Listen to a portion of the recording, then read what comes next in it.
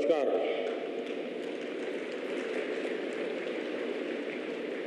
इस ऐतिहासिक कार्यक्रम में हमारे बीच उपस्थित बिहार के राज्यपाल श्री फागू चौहान जी, यहाँ के जनप्रिय मुख्यमंत्री श्री नीतीश कुमार जी, विधानसभा स्पीकर श्री विजय सिन्हा जी, बिहार विधान परिषद के कार्यकारी अध्यक्ष श्री अवधेश नारायण सिंह, उप मुख्यमंत्री श्रीमती रेणु देवी जी, तारकिशोर जी, नेता प्रतिपक्ष श्री तेजस्वी यादव जी, सभी मंत्रीगण, विधायकगण, अन्य महानुभाव, देवी और सज्जनों, आप सभी को, बिहार निवासियों को बिहार विधानसभा भवन के शताब्दी वर्ष की बहुत बहुत शुभकामनाएं। बिहार का ये स्वभाव है कि जो बिहार से स्नेह करता है, बिहार उसे, उस प्यार को कई गुना करके लौटाता है। आज मुझे बिहार विधानसभा परिसर में आने वाले देश के पहले प्रधानमंत्री होने का सौभाग्य भी मिला है। मैं इस स्नेह के लिए बिहार के जन जन को हृदय से नमन करता हूं। मुख्यमंत्री जी का, स्पीकर महोदय का भी हृदय से बहुत बहुत आभार व्यक्त करता हूं। साथियों, मुझे कुछ देर पहले शताब्दी स्मृति स्तंभ के लोकार्पण का अवसर भी मिला। ये स्तंभ बिहार के गौरवशाली अतीत का प्रतीक तो बनेगा ही, साथ ही ये बिहार की कोटि कोटि आकांक्षाओं को भी प्रेरणा देगा। अब से कुछ देर पहले बिहार विधानसभा म्यूजियम और विधानसभा गेस्ट हाउस का शिलान्यास भी हुआ है। मैं इन विकास कार्यों के लिए नीतीश कुमार जी और विजय सिन्हा जी को हृदय से बधाई देता हूं। मुझे विधानसभा परिसर के शताब्दी पार्क में कल्पतरु के रोपण का भी सुखद अनुभव मिला है। कल्पतरु के विषय में मान्यता है कि हमारी आशाओं, आकांक्षाओं को पूरा करने वाला ये वृक्ष है। लोकतंत्र में यही भूमिका संसदीय संस्थाओं की होती है।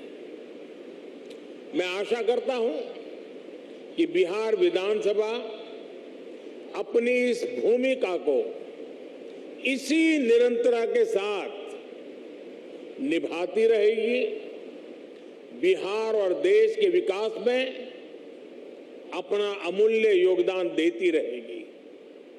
साथियों, बिहार विधानसभा का अपना एक इतिहास रहा है और यहां विधानसभा भवन में एक से एक बड़े और साहसिक निर्णय लिए गए हैं। आजादी के पहले इसी विधानसभा से गवर्नर सत्येंद्र प्रसन्न सिन्हा जी ने स्वदेशी उद्योगों को प्रोत्साहित करने, स्वदेशी चरखा को अपनाने की अपील की थी। आजादी के बाद इसी विधानसभा में जमींदारी उन्मूलन अधिनियम पास हुआ था।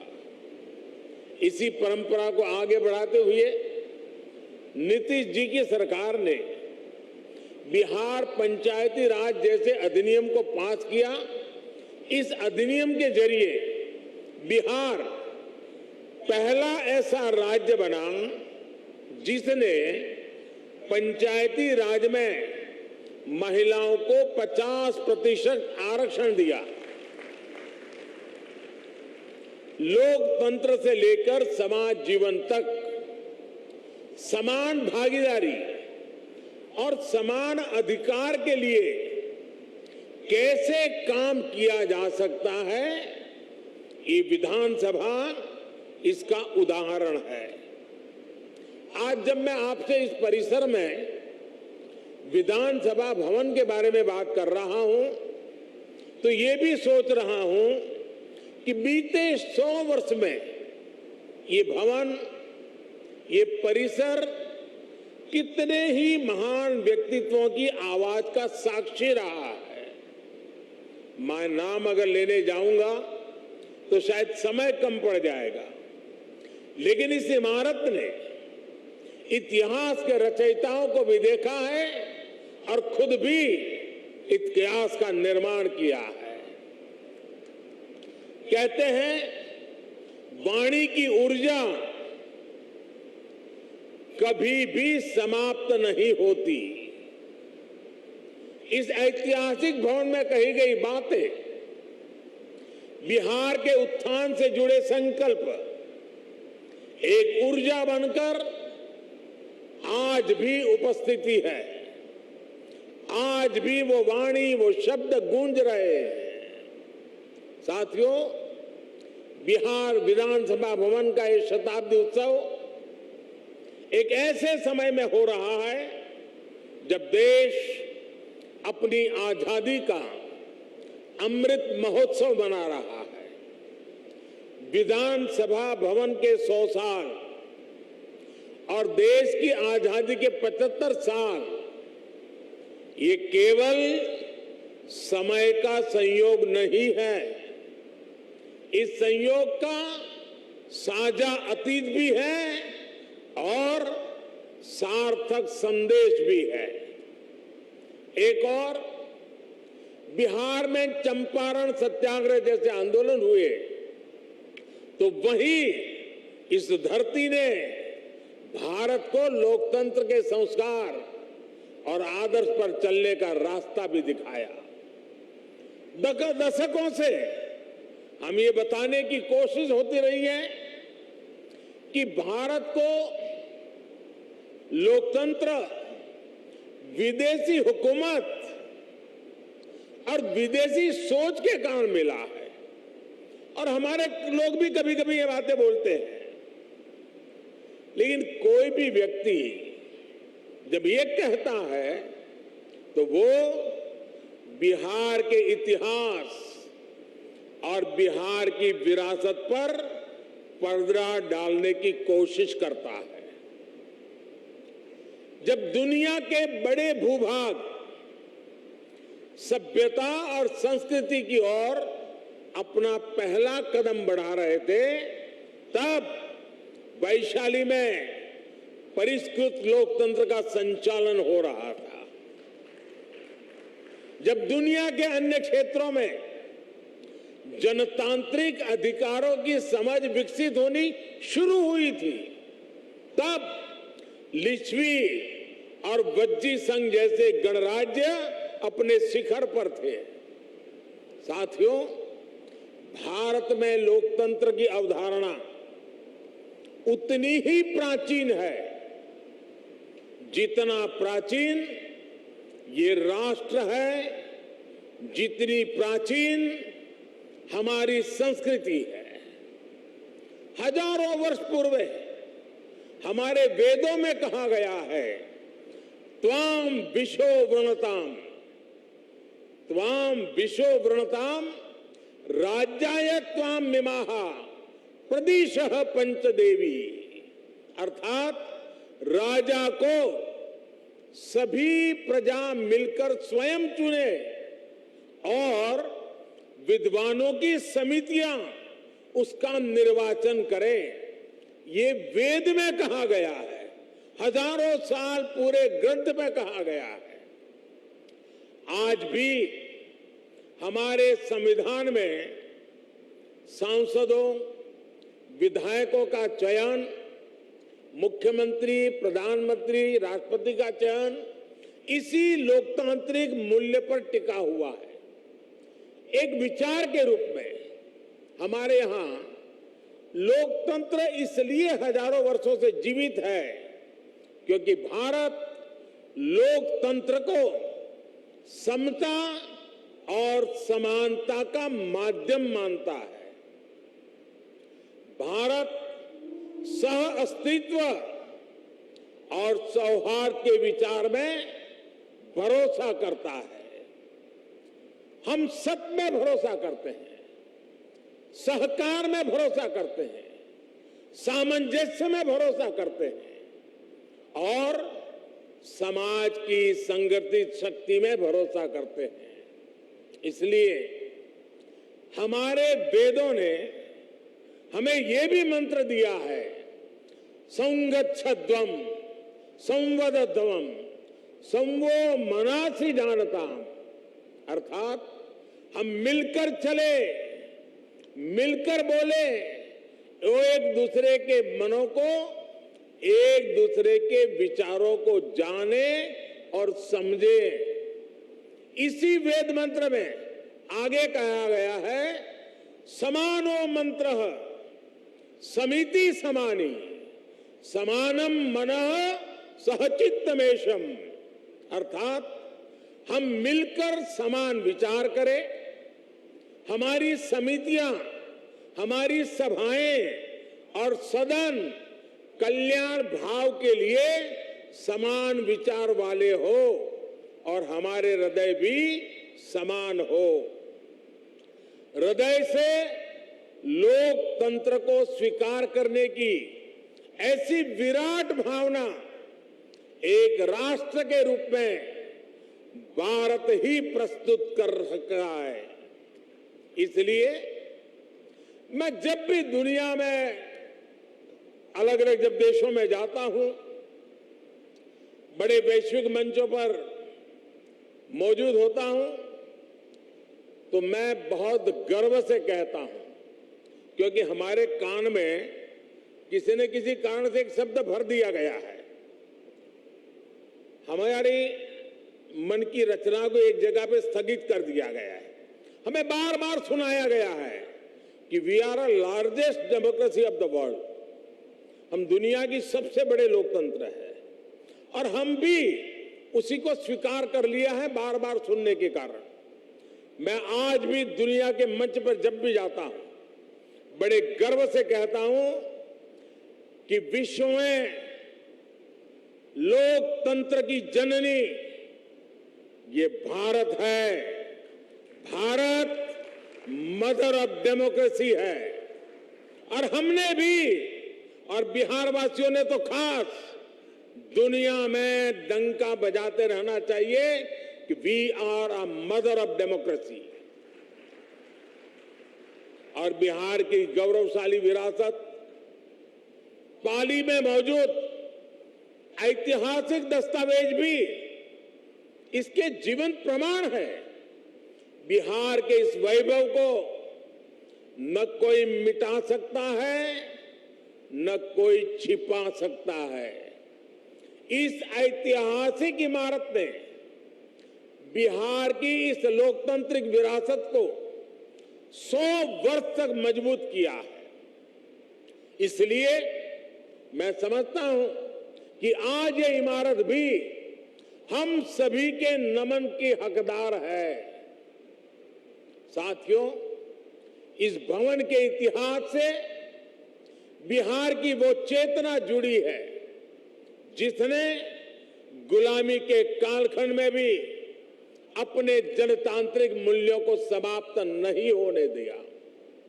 इसके निर्माण के साथ और उसके बाद जो घटनाक्रम जुड़ा हुआ है, वो हमें बार बार याद करना चाहिए। किस तरह श्री कृष्ण सिंह जी ने, श्री बाबू ने अंग्रेजों के सामने शर्त रखी थी कि वो सरकार तभी बनाएंगे जब ब्रिटिश हुकूमत निर्वाचित सरकार के कामकाज में दखल नहीं देगा। कैसे द्वितीय विश्व युद्ध में भारत की सहमति के बिना देश को झोंकने के खिलाफ श्री बाबूजी ने, सरकार ने इस्तीफा दे दिया था, और बिहार का हर व्यक्ति इस बात के लिए गर्व कर सकता है। इस घटनाक्रम ने सदैव इस संदेश का संचार किया कि बिहार लोकतंत्र के खिलाफ कभी कुछ स्वीकार नहीं कर सकता।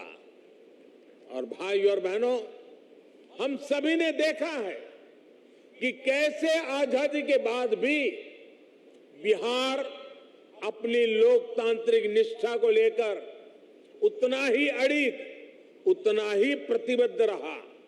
बिहार ने आजाद भारत को डॉक्टर राजेंद्र प्रसाद के रूप में पहला राष्ट्रपति दिया। लोकनायक जयप्रकाश, कर्पूरी ठाकुर, बाबू जगजीवन राम, अनेक भी जैसे नेतृत्व इस धरती पर हुए। जब देश में संविधान को कुचलने का प्रयास हुआ तो भी उसके खिलाफ बिहार ने सबसे आगे आकर विरोध का बिगुल फूंका। आपातकाल के उस स्याह दौर में बिहार की धरती ने दिखा दिया कि भारत में लोकतंत्र को दबाने की कोशिशें कभी भी कामयाब नहीं हो सकती। और इसलिए मैं मानता हूं कि बिहार जितना समृद्ध होगा, भारत की लोकतांत्रिक शक्ति भी उतनी ही मजबूत होगी। बिहार जितना सशक्त होगा, भारत भी उतना ही सामर्थ्यवान होगा। साथियों, आजादी का अमृत महोत्सव और बिहार विधानसभा के 100 वर्ष का यह ऐतिहासिक अवसर हम सभी के लिए, प्रत्येक जनप्रतिनिधि के लिए आत्मविवेचना और आत्मनिरीक्षण का भी संदेश लेकर आया है। हम अपने लोकतंत्र को जितना मजबूत करेंगे, उतनी ही मजबूती हमारी आजादी को मिलेगी, हमारे अधिकारों को मिलेगी। आज 21वीं सदी में दुनिया तेजी से बदल रही है। नई जरूरतों के हिसाब से भारत के लोगों की, हमारे युवाओं की आशाएं, अपेक्षाएं भी बढ़ रही है। हमारी लोकतांत्रिक व्यवस्थाओं को इसके हिसाब से तेज गति से कार्य करना पड़ेगा।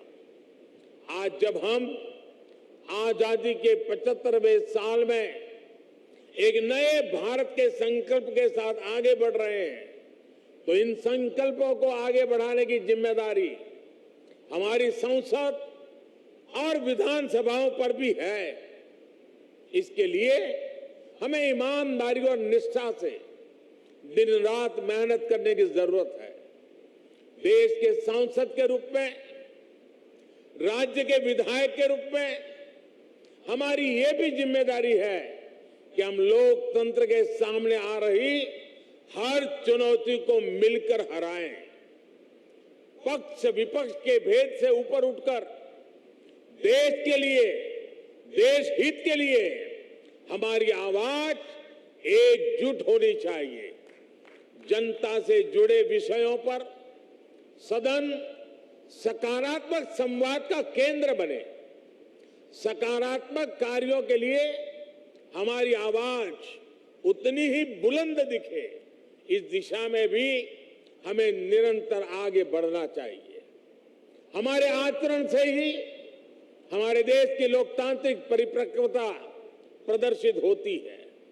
और इसलिए दुनिया के सबसे बड़े लोकतंत्र के साथ साथ हमें दुनिया के सबसे परिपक्व लोकतंत्र के रूप में भी खुद को आगे बढ़ाना है। साथियों, मुझे खुशी है कि आज देश इस दिशा में सकारात्मक बदलाव देख रहा है। मैं अगर संसद की बात करूं तो पिछले कुछ वर्षों में संसद में सांसदों की उपस्थिति और संसद की प्रोडक्टिविटी में रिकॉर्ड वृद्धि हुई है। और अभी विजय जी ने भी विधानसभा का ब्यौरा दिया। सकारात्मकता, गतिशीलता, व्यापक रूप से विषयों की चर्चा, निर्णय उसका पूरा ब्यौरा दिया। साथियों, वैसे संसद में भी पिछले बजट सत्र में भी लोकसभा की प्रोडक्टिविटी 129% थी, 129% थी। राज्यसभा में भी 99% प्रोडक्टिविटी दर्ज की गई। यानी देश लगातार नए संकल्पों पर काम कर रहा है, लोकतांत्रिक विमर्श को आगे बढ़ा रहा है। और हम सभी जानते हैं कि जब लोग ये देखते हैं कि उन्होंने जिन्हें चुनकर भेजा है वो मेहनत कर रहा है, सदन में उनकी बात गंभीरता से रख रहा है, तो उनका भी लोकतंत्र पर विश्वास और बढ़ता है। ये विश्वास बढ़ाना भी हम सबकी जिम्मेदारी है। साथियों, समय के साथ हमें नए विचारों की जरूरत होती है, नई सोच की जरूरत होती है। इसलिए जैसे जैसे लोक बदलता है, लोकतंत्र को भी नए आयाम जोड़ते रहना पड़ता है। इन बदलावों के लिए हमें केवल नई नीतियों की जरूरत नहीं पड़ती, बल्कि पुरानी नीतियां और पुराने कानूनों को भी समय के अनुसार बदलना पड़ता है। बीते वर्षों में संसद ने ऐसे करीब 1500 कानूनों को खत्म किया है। इन कानूनों से सामान्य मानवी को जो दिक्कतें होती थी, देश की प्रगति में जो रुकावटें होती थी, उनका समाधान हुआ और एक नया विश्वास भी पैदा हुआ। राज्य स्तर पर भी ऐसे कई पुराने कानून हैं जो वर्षों से चले आ रहे हैं। हमें मिलकर इस और भी ध्यान देने की जरूरत है। साथियों, दुनिया के लिए 21वीं सदी भारत की सदी है। हम लगातार ये सुनते आए हैं, कई लोगों के मुंह से सुनते हैं, दुनिया के लोग बताते रहते हैं। लेकिन अगर मैं भारत की बात करूं तो मैं कहूंगा कि भारत के लिए ये सदी कर्तव्यों की सदी है। हमें इसी सदी में अगले 25 सालों में नए भारत के स्वर्णिम लक्ष्य तक पहुंचना है। इन लक्ष्यों तक हमें हमारे कर्तव्य ही लेकर जाएंगे। इसलिए ये 25 साल देश के लिए कर्तव्य पथ पर चलने के साल है। ये 25 साल कर्तव्य भावना से स्वयं को समर्पित करने का कालखंड है। हमें स्वयं को अपने लिए, अपने समाज के लिए, अपने देश के लिए कर्तव्य की कसौटी पर कसना होगा। हमें कर्तव्य की पराकाष्ठा को पार करना होगा। आज भारत वैश्विक पटल पर जो कीर्तिमान स्थापित कर रहा है, आज भारत जिस तेजी से वैश्विक ताकत बनकर उभर रहा है, उसके पीछे कोटि कोटि भारतवासियों की कर्तव्य निष्ठा और कर्तव्य भावना है। लोकतंत्र में हमारे सदन जनता की भावनाओं का प्रतिनिधित्व करते हैं। इसलिए देशवासियों की कर्तव्य निष्ठा हमारे सदनों और जनप्रतिनिधियों के आचरण में भी झलकनी चाहिए। हम सदन में जैसा आचरण करेंगे, कर्तव्य भाव पर सदन के भीतर जितना बल दिया जाएगा, देशवासियों को भी उतनी ही ऊर्जा और प्रेरणा मिलेगी। एक और महत्वपूर्ण बात, हमें अपने कर्तव्यों को अपने अधिकारों से अलग नहीं मानना चाहिए। हम अपने कर्तव्यों के लिए जितना परिश्रम करेंगे, हमारे अधिकारों को भी उतना ही बल मिलेगा। हमारी कर्तव्य निष्ठा ही हमारे अधिकारों की गारंटी है। इसलिए हम सभी जनप्रतिनिधियों को कर्तव्य पालन का भी संकल्प दोहराना है। ये संकल्प ही हमारी और हमारे समाज की सफलता का मार्ग प्रशस्त करेंगे। आज जब हम देश के अमृत संकल्पों को लेकर आगे बढ़ रहे हैं, तो हमें अपने कर्तव्य में, अपने श्रम में, अपने परिश्रम में कोई कमी नहीं छोड़नी है। एक राष्ट्र के रूप में हमारी एकता हमारी प्राथमिकता होनी चाहिए। गरीब से गरीब व्यक्ति का भी जीवन आसान बने। दलित, पीड़ित, शोषित, वंचित, आदिवासी, हर किसी को हर जरूरी सुविधा मिले, ये हम सभी का संकल्प होना चाहिए। आज सबको घर, सबको पानी, सबको बिजली, सबको इलाज जैसे जिन लक्ष्यों को लेकर देश काम कर रहा है, वो हम सबकी सामूहिक जिम्मेदारी है। बिहार जैसे सामर्थ्यवान और ऊर्जावान राज्य में गरीब, दलित, पिछड़े, आदिवासी और महिलाओं का उत्थान बिहार को भी तेज गति से आगे बढ़ा रहा है और बढ़ाएगा। और बिहार जब आगे बढ़ेगा तो भारत भी अपने स्वर्णिम अतीत को दोहराते हुए विकास और सफलता की नई ऊंचाइयों को छुएगा। इसी कामना के साथ इस महत्वपूर्ण ऐतिहासिक अवसर पर आप सब ने मुझे निमंत्रित किया, इस ऐतिहासिक पल के साक्षी बनने का अवसर दिया।